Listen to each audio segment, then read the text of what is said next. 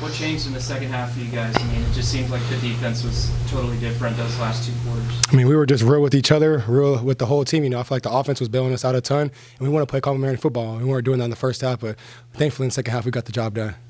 Scooby got his first career interception, and he had a pretty big game. What have you seen from his kind of work and to get to where he is now and have this game? I mean, his maturity and focus has been through the roof as the season progresses. He wouldn't want it any other way. He's making great strides every day. So, I mean, the linebacker group as a whole has been making great strides, but specifically Scooby.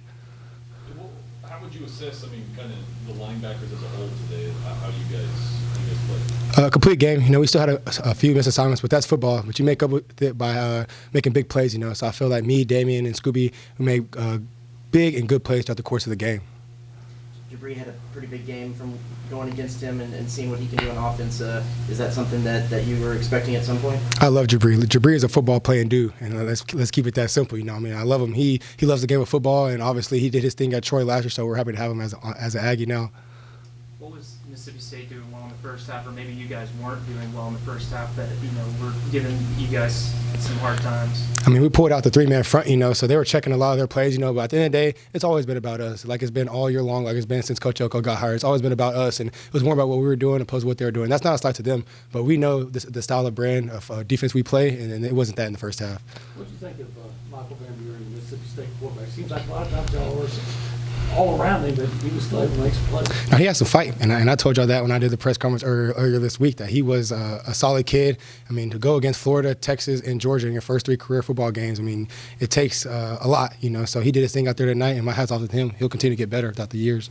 I know time to celebrate is minimum for y'all at times, but do you take a time to look back? I think first time being 4-0 in the SEC and to kind of to celebrate where y'all have come so far? Of course, it's an accolade to do that, but we're on LSU. That Mississippi State game ended about 30 minutes ago. And, obviously we're going to enjoy the win, we're going to enjoy the plane ride back. But when we get back and when we come up there tomorrow, it's all about LSU. This is a place that A&M teams in the past have had a really hard time winning at, and you guys knew that. What did you learn about this team that you guys were able to withstand some of the ebbs and flows and come away with the win? I love our ability to find a way and to not fold whenever things get hard.